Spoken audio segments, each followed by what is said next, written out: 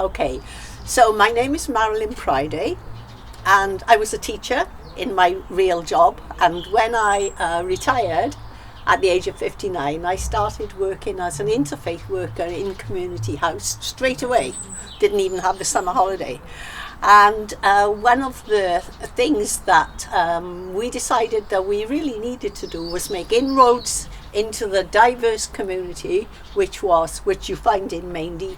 And the way we decided, because it was a group decision, to do that was to form a women's group, which would be a women's friendship group. And we had a brainstorm and we decided to call it Coffee and Laughs. So Coffee and Laughs it is, and we've been going now for 13 years. And how have you connected with Naz on the community project? Right. Well, to start with, we've connected with Naz through filming for the night out. I can't remember the name of the scheme, and you came and helped us, Coffee and Laughs, to set up a performance, and that was real. Although we knew one another before, that was your first real. I suppose that was the first time you spent time with Coffee and Laughs, as it was, and since then you've been one of our great friends, and you cheer us up every time we see you. So that's lovely.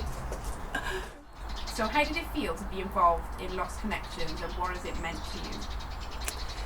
Well, Coffee and Laughs during lockdown has met regularly on Zoom, first twice a week and then once a week, and we have in the past done some lovely textile projects.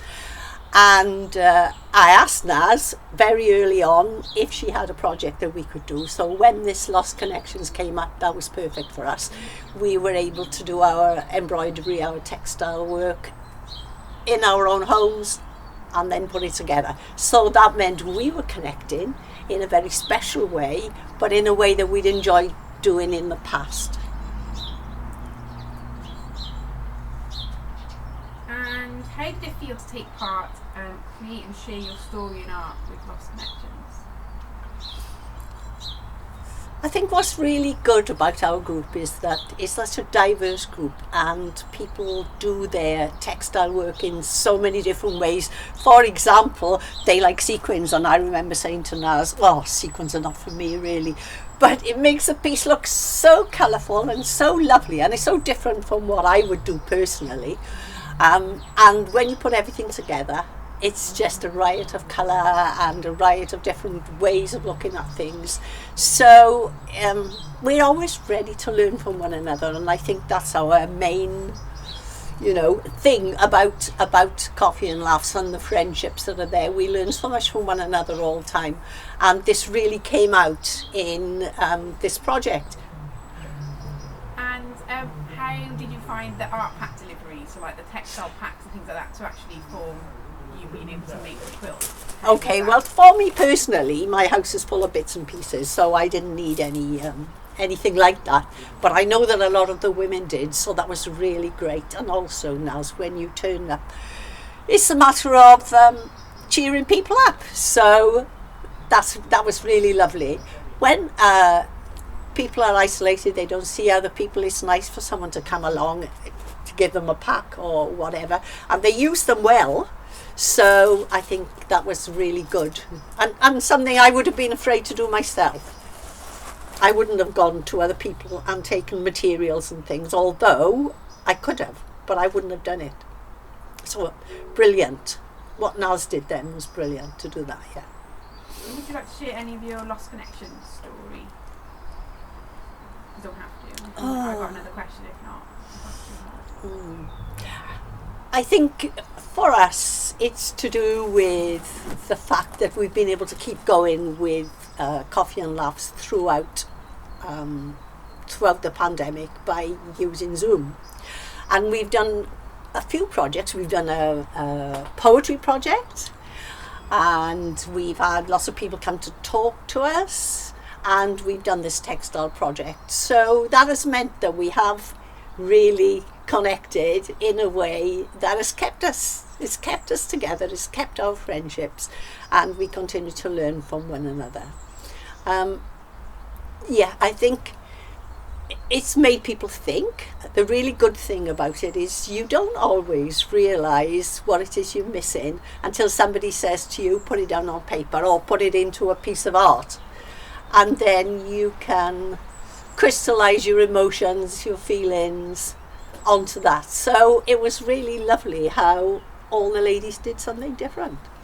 So you saw something about their personality, and the words that they embroidered or whatever they put on their hands meant that was something that was important to them. What did it mean to you to be able to bring it all together? Oh, well, I loved that. I loved that, and I loved it because I'm always complaining I haven't got time to do my arts and crafts.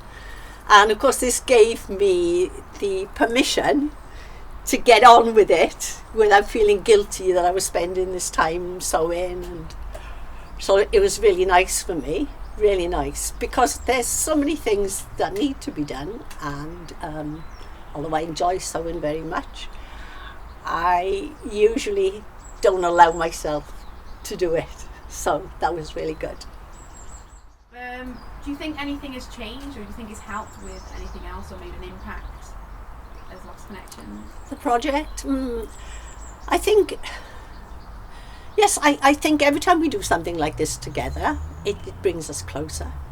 And what will have changed is the fact that the ladies will get such a sense of achievement.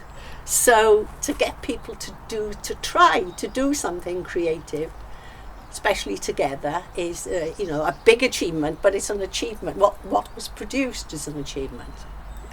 And then, if you had a sentence or 3 words to describe the project Lost Connections, how would you describe it? Well, I'm going to extend this out now because you now said there was going to be a piece of work done to show what people thought about the project in general. And Community House itself's got a strapline called Building Stronger, Caring Community Together. And I think that would be fab if it was part of this piece of work. So it's Building Stronger, Caring Community Together. It is what we do, and it's what we do with Coffee and Laughs, and it really works. Sorry, this is a separate project, so I'm building a coat of radical kindness at the moment. So it's a whole pom-pom coat, rainbows, and then messages of people in the community inside. So if there's something you want to share about the community in Newport, or something yourself has done or experienced about kindness within the community. Yeah, well, I think what I just said really is, the Building Stronger, Caring Communities Together is what I'd like to say. I know that during the pandemic, so many people on the Coffee and Laugh Zooms, we've taken in information and we've shared it out into the community. So it's been a means of professionals getting into the community. They come and talk to us, and then we pass information on. And not so much us, because we are not living in Maindy, but people have been able to signpost those in need to professionals like Rahila, for example, and so there's been an awful lot of kindness going on. I can't tell you about anything specific, but I know, for example, we've been helping people who were asylum seekers and have been given permission to stay now, that sort of thing, maybe to get computers, to get food, to get stuff for their homes. So this sort of thing has been going on all the way through.